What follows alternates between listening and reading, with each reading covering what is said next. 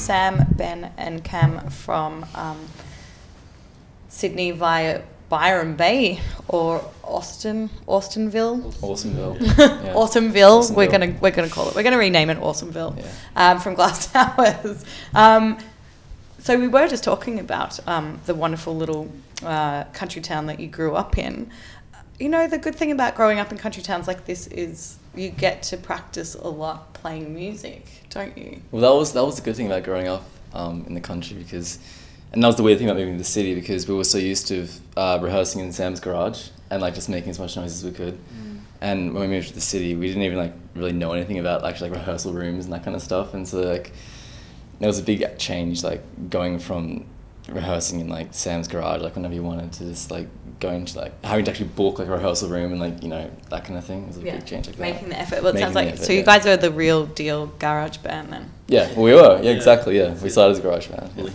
Literally, yeah. So basically, the project actually started as your solo thing, didn't it, Ben? Yeah. And when did you start that, and why did you decide you needed to bring your amazing friends on board? Well, there was a previous incarnation of the band called The Stains, which is a really, you know, it was a good name at the time. And still a good name. It is, and our drummer sung that. Yeah. And I was in it playing guitar, and then I left because I wanted to like do my own kind of stuff. Yeah.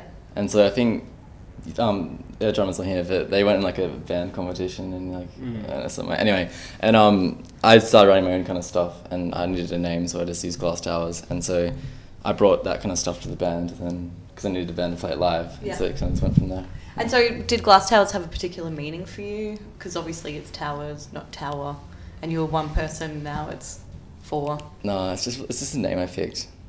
It's just like a random name. I just needed a name, so I picked it. Yeah. There's no story behind it at all. I love that, because we talk to a lot of bands and they always talk about the bad names that they had before the name that they might have now, or the names that, you know, the 10 names that sort of made the shortlist. Were there any others that you want to divulge? Oh, there was the Atomic Stains. Yeah, Atomic Stains. There was the Pool Cleaners. Pool Cleaners. Yeah, that was good.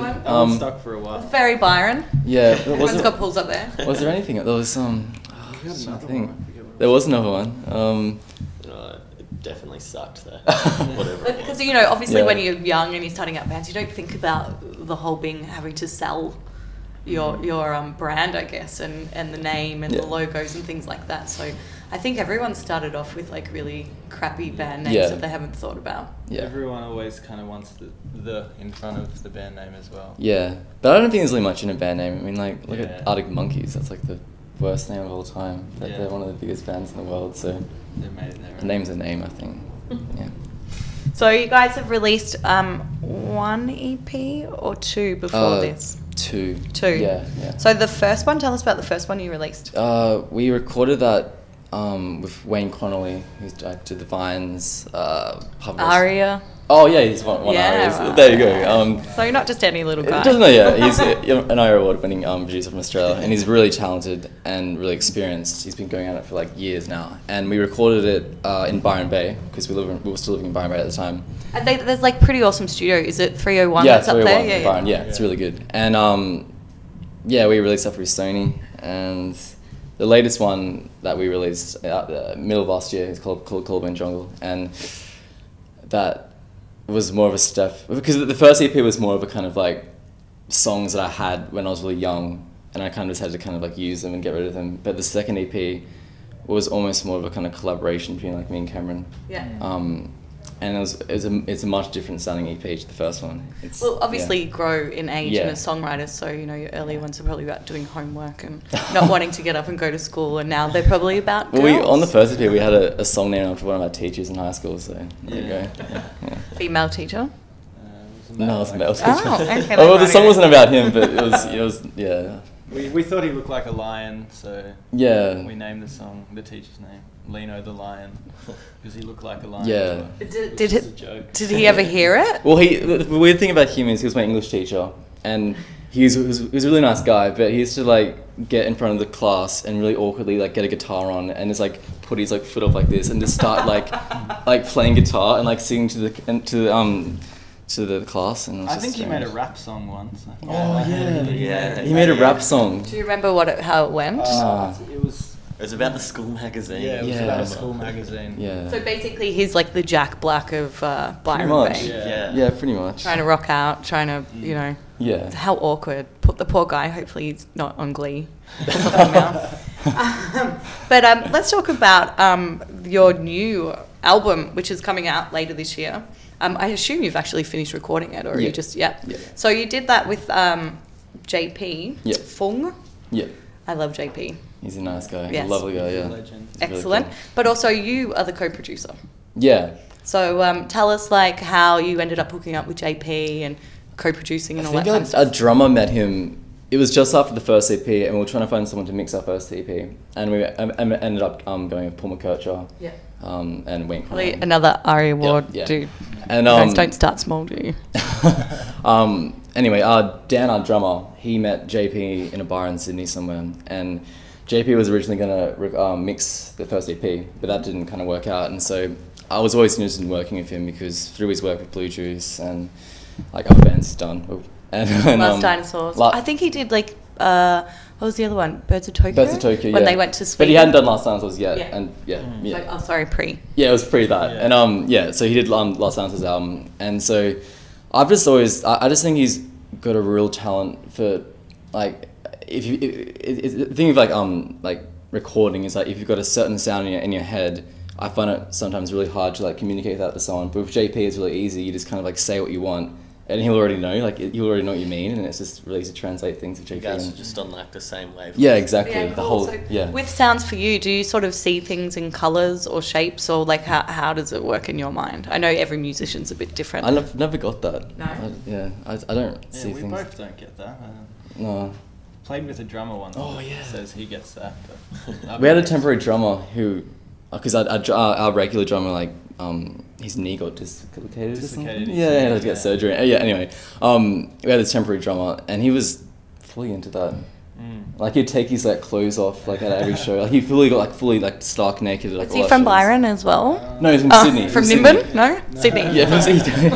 We're not like that. But, yeah, and he had theories on that. But no, I'd never really I'd just kind of like have a sound and then I kind of Just say it. Yeah. And Yeah. JP somehow understands. yeah. Because I mean, definitely, you know, from listening to older stuff to your newer stuff, you guys have definitely grown up and the sound's progressed, and it's, you know, it's a lot more polished, I guess, in a sense. Is that what you were going for? Yeah, definitely. I mean, I've always been really interested in like producers such as like Alan Mulder, mixers like Alan Mulder and like Rich Coastie and stuff like that. And I've always really wanted a really kind of not heavily produced, but like a really kind of polished sounding album. And so that's something I really kind of strove towards doing with this album, and I think we achieved it. Yeah, It's good. cool. Yeah. And where did you guys? You recorded in Sydney this Yeah, time? at BJB and 301 and Albert's, like heaps of studios across. Yeah, because BJB's not around anymore, is it? No. We were one of the last. We were one of the last Yeah. bands to use it, yeah. Yeah. And It was nice. I finished the record off with John Castle, Yeah. who has done like Megan Washington, Bamboos, that kind of stuff at the Shed in Melbourne. So. Yeah, cool. Because that's his little studio. Yeah, too, yeah, his isn't little it? garden studio. Yeah, Yeah, that's cool. awesome. Yeah. And have you guys been making a film clip today? Well, we Yeah. haven't. We haven't been. We're not actually in it, so. Yeah, You're not in it? Did you find any female skaters? we did. Yeah. Yeah? Someone. We have a bad history of acting. We can't really act very well. We're terrible actors. So what's the story behind the film clip that you guys aren't in then? It's like Yeah. it follows around a skater skating around and It's things happen to her. a camera like attached underneath a skateboard, and then the skateboard's like. and like point of view first person, and then it Yeah. it ends up going to the Palais Theatre where we're playing tonight.